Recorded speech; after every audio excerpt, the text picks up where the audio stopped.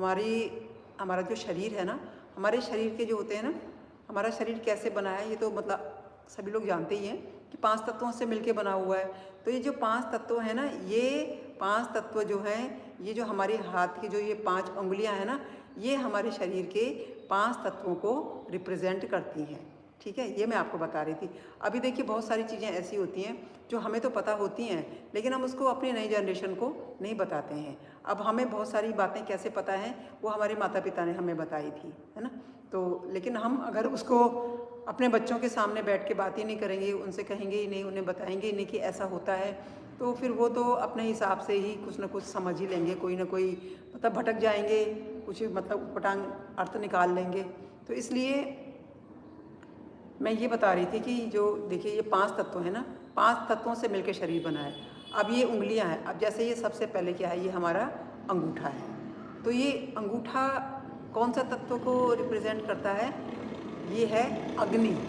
ठीक है, अग्नि यानी कि आग, अग्नि को रिप्रेजेंट करता है हमारा अंगूठा। अब उसके बाद आती है हमारी ये उंगली, है ना। तो ये उंगली है हमारी, इसे बोलते हैं इंडेक्स फिंगर कहते हैं ना, इंडेक्स फिंगर कहते हैं, या हिंदी में कहते हैं इसे तर्जनी। तो ये तर्जनी है, ये रिप्रेजेंट करती है वायु को। ठीक है, हवा।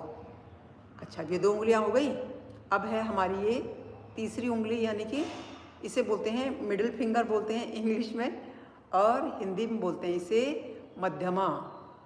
ठीक है, मध्यमा जो है वो रिप्रेजेंट करती है आकाश तत्व को। आकाश यानी कि जो ये पूरा है ना, जिसका कोई वो नहीं है, आदि ना अंत, बोलते हैं ना आकाश का कोई ना आदि ना अंत है।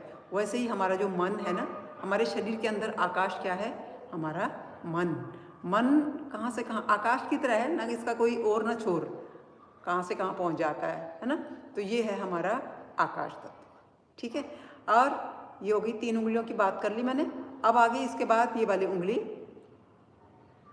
ये वाली उंगली है ना, ये है, इसे बोलते हैं इंग्लिश में बोलते हैं इसे रिंग फिंगर।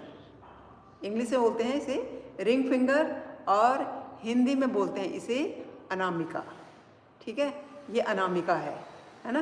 तो ये रिप्रेजेंट करती है 5 तत्वों में से पृथ्वी तत्व को, है ना।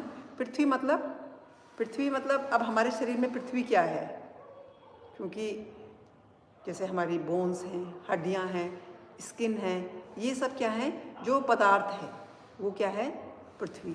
ठीक है, तो ये 4 उंगलियां हो गई, और 5वीं हो गई हमारी ये सबसे छोटी स्मॉल फिंगर।